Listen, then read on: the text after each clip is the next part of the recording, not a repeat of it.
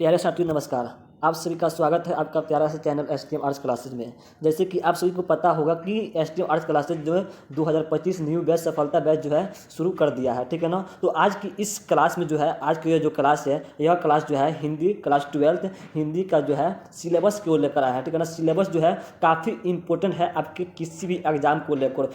कोई भी एग्जाम क्यों ना हो, उसमें सबसे महत्वपूर्ण होता है तो सिलेबस, उसके बाद उसका रेगुलर पढ़ाई। तो सबसे इंपॉर्टेंट है सिलेबस। जो बच्चा अगर सिलेबस जान लेता है तो समझिए कि उसका जो है आधा कंप्लीट हो गया, मतलब आधा उसका जो पढ़ाई हो गया वो कंप्लीट हो गया। तो सबसे इंपॉर्टेंट सिलेबस है कि आप लोग सिलेबस जान लीजिए, ठीक है ना। तो सिलेबस में हम बताएंगे क्या क्या कि आप लोग सबसे पहले क्या क्या अब बदला है, ठीक है ना। सिलेबस में जो है 2025 में क्या क्या बदल गया है, कौन कौन सा चैप्टर जो आपको पढ़ना नहीं पढ़ना है, कौन कौन सा चैप्टर जो है आपके लिए इंपॉर्टेंट है, किस चैप्टर से ज़्यादा प्रश्न पूछे जाते हैं, कौन सा बुक जो है आपके लिए काफ़ी इंपॉर्टेंट है जो बिहार बोर्ड एग्जाम 2024 के लिए काफ़ी महत्वपूर्ण सिद्ध हो। तो सारी चीज़ें आपको लाइन बाय लाइन बताएंगे। तो हम लोग फटाफट से चलते हैं अपने सिलेबस की ओर और देखते हैं कि कौन कौन से चैप्टर जो आपके पास महत्वपूर्ण है, कौन कौन सी किताब आपको पढ़नी है। आप लोग दिल थाम कर अच्छे से पढ़ाई करते रहिए, मन से पढ़ाई कीजिए। और बहुत टाइम है आपके पास, ठीक है ना। 10 मिनट टाइम है, ज़्यादा भी टाइम नहीं है। देखा जाए तो बहुत भी टाइम है, देखा जाए तो बहुत कम भी टाइम है, ठीक है। तो आप लोग अभी से टाइम को इतना मत देखिए, अपने आप लोग अभी से ही पढ़ाई शुरू कर दीजिए, है ना। अभी से पढ़ाई आपको शुरू करना ही होगा, ठीक है ना, ताकि आप लोग को जो है अच्छे से समय पर पूरा सिलेबस कंप्लीट हो जाए और आप भी 90-95 प्लस मार्क्स ला पाए।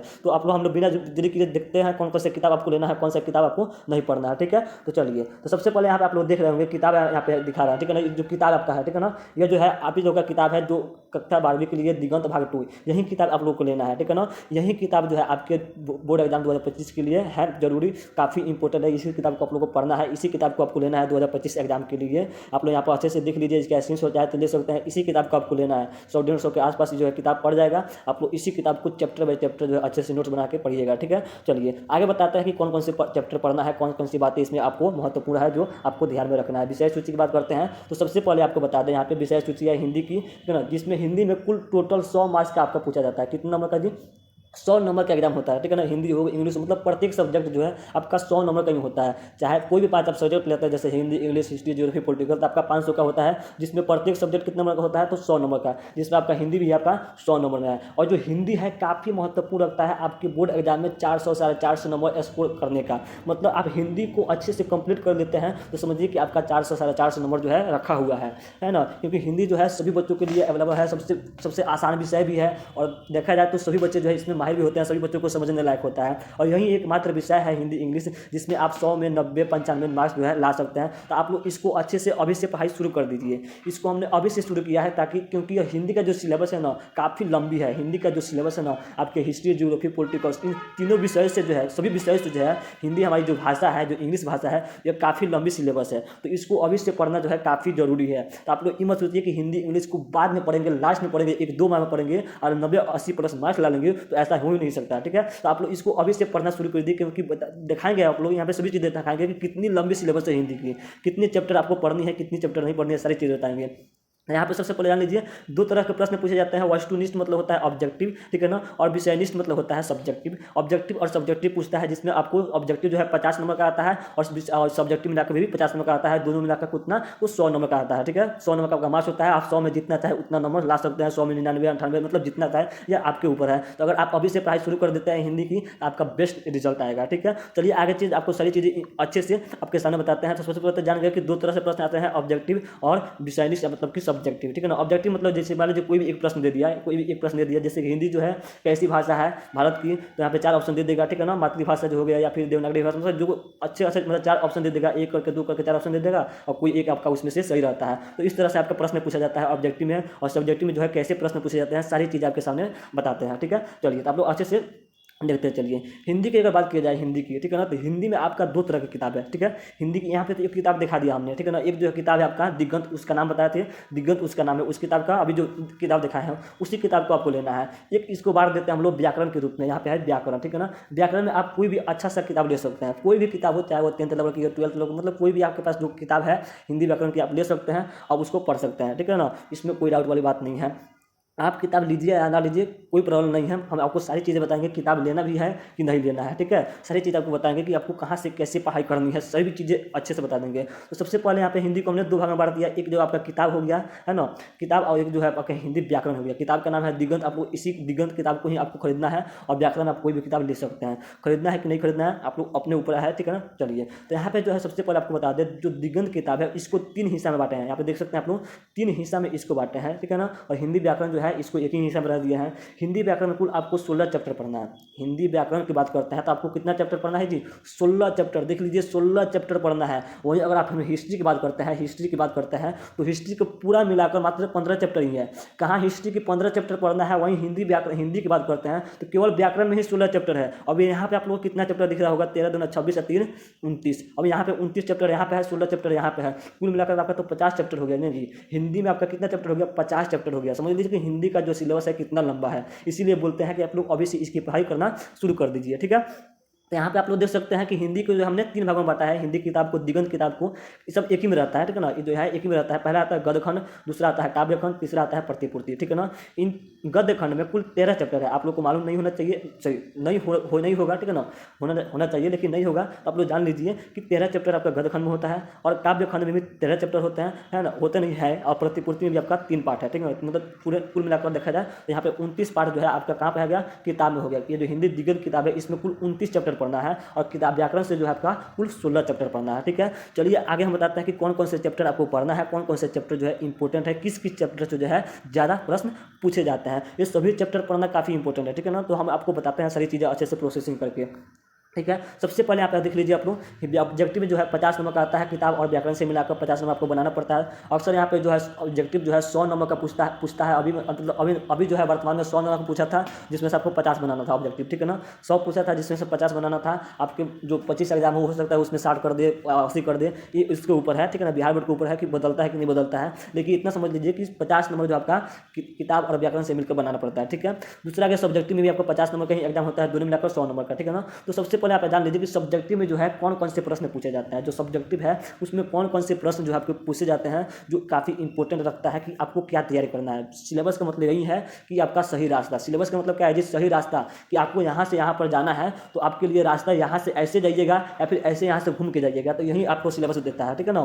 तो सबसे पहले आप लोग सिलेबस को समझिए। तो सिलेबस में जो है ऑब्जेक्टिव आपको अच्छे से कंप्लीट कराया जाएगा 29 के 29 किताब से, और 16 के 16 व्याकरण से। आपको पूरा अच्छे से 50 चैप्टर कंप्लीट कीजिएगा, तभी आपका 50 में 50 जो है सही हो सकता है ऑब्जेक्टिव। लेकिन सब्जेक्टिव में क्या क्या पूछा जाता है सारी चीज़ें बता देते हैं, ठीक है। चलिए, तो सबसे पहले यहाँ पे 1 नंबर जो प्रश्न आता है, पहला नंबर प्रश्न आता है, कुल 6 प्रश्न पूछे जाते हैं सब्जेक्टिव में, जो है कुल 6 प्रश्न पूछे जाते हैं, जिसमें पहला जो प्रश्न आता है वो होता है आपका निबंध लिखना, ठीक है ना। निबंध लेखन, निबंध लिखना, जैसे कोई भी एक विषय दे देगा, जैसे कि सरस्वती पूजा, है ना, जैसे कि आतंकवाद, या फिर महामारी, या फिर भारत देश, या फिर मोबाइल इंटरनेट, या फिर मतलब कोई भी ऐसे एक विषय दे देगा और कहेगा कि भाई इस पर आप लोग 200 से 250 शब्दों में जो है निबंध लिखिए, ठीक है ना। उसको विस्तार से बताना है, जैसे सरस्वती पूजा हो गया, उस पर आपको विस्तार से क्या करना है जी, विवेचना करना है। तो वो जो होता है 8 मार्क्स का होता है, कितना 8 नंबर का आपका जो है निबंध पूछता है, ठीक है ना। दूसरा क्या पूछता है, ये हो गया आपके व्याकरण से, ये जो निबंध है या व्याकरण का हो गया, किताब में ये नहीं मिलेगा, व्याकरण से हो गया। दूसरा आता है क्या, व्याख्या करना, ये जो है किताब से रहता है। व्याख्या करना जो दूसरा नंबर प्रश्न है, ये किताब से रहता है, ये भी 8 नंबर का पूछता है, ठीक है ना। व्याख्या मतलब कैसे कर देते हैं, देखिए किताब से, किताब जो हो गया, किताब आप लोग 3 पे पढ़े होंगे, किताब से कोई भी 2 लाइन उठा कर दे देगा, 1 से 2 पंक्तियाँ उठा कर दे देगा कहीं से भी, ठीक है ना। किताब में जो आपका प्रश्न आता है, किताब में रहता है, कहीं से भी 1-2 लाइन उठा कर दे देगा, कोई भी एक वाक्य दे देगा और कहेगा इसको विस्तार से समझाइए, है ना। किताब से जो दूसरा प्रश्न है इसमें ही देता है, कोई भी किताब से 1-2 लाइन दे देगा उठाकर कहीं से भी, किसी भी पार्ट से, और कहेगा इसको विस्तार से बताइए, यही हो गया व्याख्या करना, ठीक है ना। वही होता है व्याख्या करना, जो भी 8 नंबर का पूछता है। तीसरा नंबर क्या आता है, तीसरा नंबर आता है पत्र लिखना, ठीक है ना। पत्र या आवेदन पत्र दे देगा, ठीक है ना। तो ये जो है 5 नंबर का आता है पत्र लिखना, जो काफ़ी इजी है। निबंध ये जो है काफ़ी इजी है, पत्र लिखना भी काफ़ी इजी है। और जो व्याख्या करना है ये भी आपको काफ़ी इजी कब पड़ेगा, जब आप पूरे 29 के 29 चैप्टर पढ़िएगा तब पड़ेगा, है ना। 29 के 29 चैप्टर आप लोग अच्छे से कंप्लीट कीजिएगा, तभी जो है अच्छे से व्याख्या भी कर पाइएगा, ठीक है। उसके बाद क्या पूछता है जी, किताब से प्रश्न पूछता है, लघु उत्तरीय प्रश्न, और फिर किताब से ही पूछता है दीर्घ उत्तरीय प्रश्न, ठीक है ना। किताब से लघु उत्तरीय प्रश्न पूछता है 10 नंबर का, और फिर दीर्घ उत्तरीय प्रश्न पूछता है आपका 15 नंबर का, ठीक है। यहाँ पे कुल 5 प्रश्न बनाना पड़ता है। जो किताब से आता है ना, आपको बता दे 8 देगा या फिर 10 देगा, जिसमें से आपको 5 ही बनाना है और प्रत्येक के लिए 2 अंक देता है, ठीक है ना। प्रत्येक के लिए 2 अंक, तो 5 दूना 10 अंक हो गया किताब से लघु उत्तरीय के लिए। और यहाँ पे जो है आपका तीन बनाना पड़ता है, दीर्घ उत्तरीय के लिए 3 बनाना पड़ता है, तो 5 3 15 हो गया आपका दीर्घ उत्तरीय प्रश्न, ठीक है ना। और लास्ट में आता है संक्षेपण करना, ये जो है व्याकरण से रहता है। अर्थात आप यहाँ पे देख सकते हैं व्याकरण से एक नंबर प्रश्न जो है व्याकरण से है, तीसरा नंबर प्रश्न भी व्याकरण से है और छठा नंबर प्रश्न भी व्याकरण से है। 3 व्याकरण से है, 3 प्रश्न जो है आपका व्याकरण किताब से है और 3 प्रश्न जो है आपका किताब से है, दिगंत किताब से है, ठीक है। तो यहाँ पे कौन कौन से है, व्याकरण करना जो है दिगंत किताब से है और किताब से प्रश्न जो पूछा जाता है दिगंत किताब से ही है। लेकिन निबंध लिखना जो आपका व्याकरण है, पत्र लिखना भी व्याकरण है। और संक्षेपण करना का मतलब हुआ, संक्षेपण का मतलब क्या होता है, मान लीजिए कि आपका 10 लाइन दे देगा, ठीक है ना। 10 मतलब कोई भी एक कहानी दे देगा, ऐसे मतलब आप समझ सारांश समझिए, सारांश मान लीजिए कि आज सारांश समझ सकते हैं आप लोग, संक्षेपण मतलब समझ सकते हैं, थोड़ा सा सारांश आप लोग इसको सारांश के माध्यम से इसको सरल समझ सकते हैं।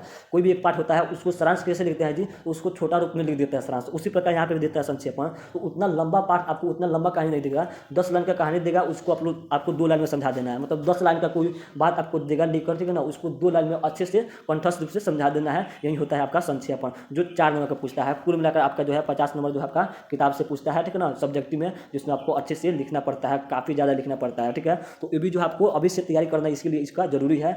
निबंध लिखना जो है, पत्र लिखना जो है, किताब से सभी प्रश्नों को पढ़ना जो है, इसको जो है अभी से तैयारी करना का जी बहुत ही महत्वपूर्ण है, ठीक है ना। सबसे बड़ा सिलेबस है हिंदी इंग्लिश का, जिसकी तैयारी जो है अभी से करना जो है बहुत ही आवश्यक है। तो उम्मीद है कि जो है हमारी जब बातें आप लोग समझ गए होंगे और आप लोग अभी से तैयारी में लग जाइएगा, ठीक है। अब चलिए बताते हैं कि कौन कौन से चैप्टर जो है आपके लिए इंपॉर्टेंट है, कौन कौन से चैप्टर जो है आपको पूछे जाते हैं, ठीक है।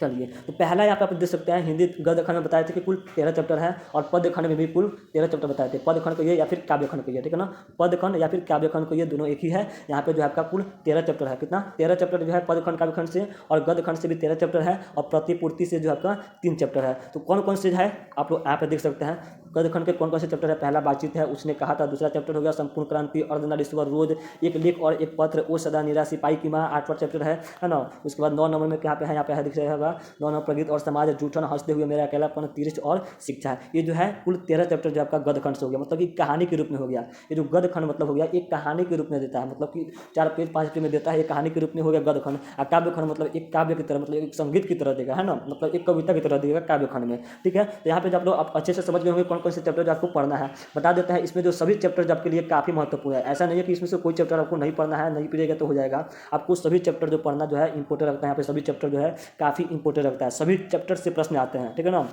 सभी चैप्टर से आपका एक एक नंबर जो ऑब्जेक्टिव पूछे जाएंगे, ठीक है ना। सभी चैप्टर से एक एक नंबर जो है, एक नंबर 2 नंबर ऑब्जेक्टिव पूछे जाएंगे, क्योंकि 29 चैप्टर है, 29 चैप्टर में से सभी में से अगर एक एक नंबर निकालता है तो 29 ऑब्जेक्टिव हो गया। जबकि देता कितना है, 100 देता है, मतलब कि किताब से केवल 45 से 50 नंबर देता है, केवल किताब से जो है 50 से 45 नंबर देता है, और व्याकरण किताब से भी जो है 50 से 45 नंबर देता है। यानी कि प्रत्येक चैप्टर से जो है एक नंबर निकाले तो आपका 29 हो जाता है, और किसी किसी चैप्टर से जो है 2 नंबर निकाल लेता है, और कुल मिलाकर जो है 45-50 नंबर जो है आपका किताब से देता है, और 45-50 नंबर जो है आपका व्याकरण किताब से देता है, ठीक है। तो यहाँ पे जो है पहला क्या हो गया गद्य खंड, जो आपके यहाँ पे 13 चैप्टर दिख रहे होंगे, इसके स्क्रीनशॉट आप लोग ले सकते हैं। इसको अच्छे से लाइन बाय लाइन जो है चैप्टर को अच्छे से कंप्लीट करते चलिएगा, पढ़ते चलिएगा, ठीक है ना। और सारी चीज़ें आपको तैयार कराई जाएगी। इस जो है सफलता बैच में जो है सभी चीज़ों का चैप्टर बाय चैप्टर आपको नोट्स भी दिया जाएगा, वो भी फ्री में। अगर आपने सफलता बैच को अभी तक वीडियो नहीं देखा है तो उसको देख लीजिएगा, उसमें सारी चीज़ें बताएंगे, बता दिया है कि क्या क्या आपको मिलेगा इस सफलता बैच में, ठीक है। चलिए, अगला क्या है जी आपका है, अगला है काव्य खंड। अगला यहाँ पे गद्य खंड हो गया, अगला जो है काव्य खंड में भी कुल 13 चैप्टर है, आपको बता दिए थे।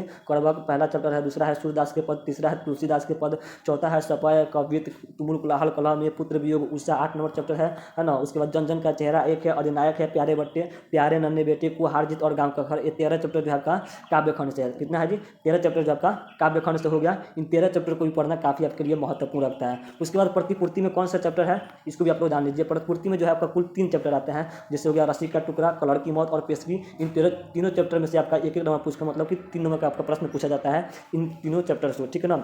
तो इसको भी पढ़ना जो आपके लिए महत्वपूर्ण हो सकता है, ठीक है। इसको भी आप लोग पढ़ लीजिएगा। चलिए, अगला पढ़ लीजिएगा, नहीं सारी चीज़ आपको पढ़ाएंगे, ठीक है। चलिए, अगला क्या है, हिंदी व्याकरण जो है किताब आप लीजिएगा, कोई भी किताब लीजिएगा हिंदी व्याकरण का, उसमें आपको कुल 16 चैप्टर पढ़ना है। कितना जी, 16 चैप्टर। आपको कहीं से पढ़िए, किताब से पढ़िए या फिर यूट्यूब से पढ़िए या फिर कहीं से भी पढ़िए, लेकिन कौन कौन से चैप्टर जो आपके पूछे जाते हैं, कौन कौन से चैप्टर से ज़्यादा प्रश्न पूछे जाते हैं, ये सारी चीज़ें यहाँ पर बता देते हैं। पहला वर्ण विचार है, ठीक है ना, वर्ण विचार। उसके बाद संज्ञा से जो है सर्वनाम हो गया, विशेषण हो गया, क्रिया हो गया, वचन हो गया, लिंग हो गया। ये सभी चैप्टर जो है काफ़ी महत्वपूर्ण है, सभी चैप्टर काफ़ी महत्वपूर्ण है, ठीक है ना।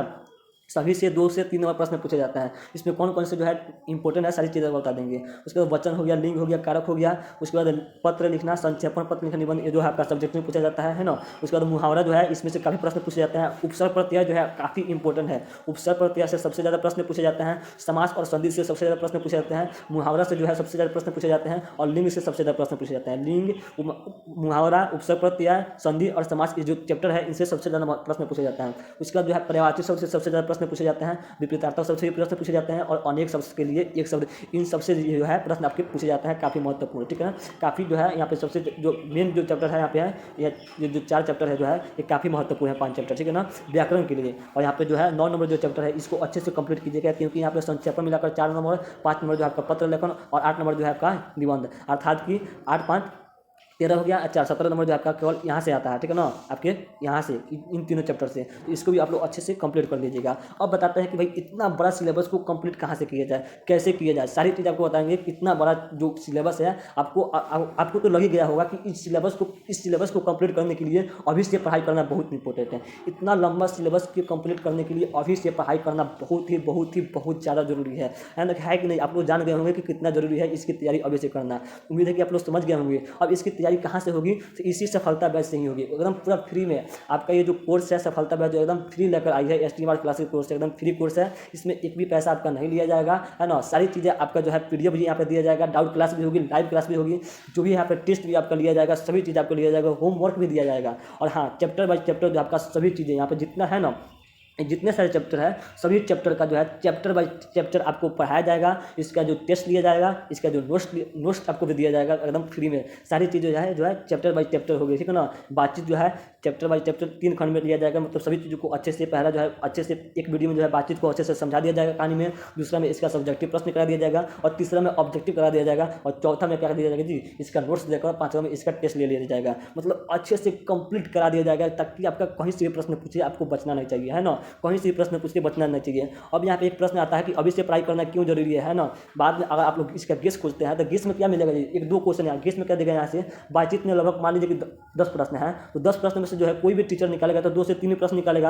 आप कहिएगा कि इसको रट लीजिए। अब आप इसको रट कर जाइएगा, हो सकता है ये प्रश्न नहीं पूछे तो क्या कीजिएगा, रोइएगा, गाइएगा, टीचर का दोष लगाइएगा। लेकिन जब आप अभी से इसको अच्छे से कंप्लीट कर लेते हैं, अच्छे से इसको समझ लेते हैं, तो 10 क्या, इसमें से अगर 12 भी क्वेश्चन बना दिए तो आप 12 का 12 प्रश्नों का उत्तर सही से दीजिएगा। इसीलिए बोलते हैं कि आप लोग अभी से पढ़ाई कीजिए, ठीक है ना। और चैप्टर बाय चैप्टर सभी चीज़ों को पढ़ाई कीजिए और खासकर किताब से पढ़ाई कीजिए। नोट्स पर ज़्यादा उतना विश्वास मत कीजिए किसी का, है ना। नोट्स खरीद कर आप लोग किताब को अपना खुद से किताब खरीदिए और उस पर जो है अपना ध्यान दीजिए, खुद से किताब पढ़ने की कोशिश कीजिए, है कि नहीं। जो काफ़ी महत्वपूर्ण लगता है आपके लिए। अगर खुद से किताब पढ़िएगा आपके लिए काफ़ी महत्वपूर्ण है। कहीं से भी प्रश्न पूछ दे किताब से आपको बना दीजिएगा। तो इसीलिए कहते हैं कि आप लोग अपने से खुद से पढ़ाई मेहनत कीजिए, थोड़ा अभी से मेहनत कीजिए, तभी आप टॉपर बन पाइएगा, तभी आप जो अपना नाम रोशन कर पाइएगा। उम्मीद है कि जो सारी बातें जो है हमारी जो है यहाँ पे समझ में आ गई होगी। हिंदी सिलेबस में क्या क्या बदला है, क्या क्या नहीं बदला है, सारी चीज़ आपको समझ में आ गई होगी। चैप्टर बाय चैप्टर आपको सारी चीज़ें यहाँ पे जो है इस चैनल के माध्यम से आपको सभी चीज़ें जो है पढ़ाई जाएगी। अगर आप इस चैनल पर नए हैं तो इसका सब्सक्राइब कर लीजिए, ठीक है ना। इस कोर्स में आप लोग कैसे ज्वाइन हो सकते हैं, है ना। एकदम फ्री कोर्स है, लेकिन फिर भी यहाँ पे आपको PDF के लिए कुछ ना कुछ प्रोसेसिंग करना पड़ेगा।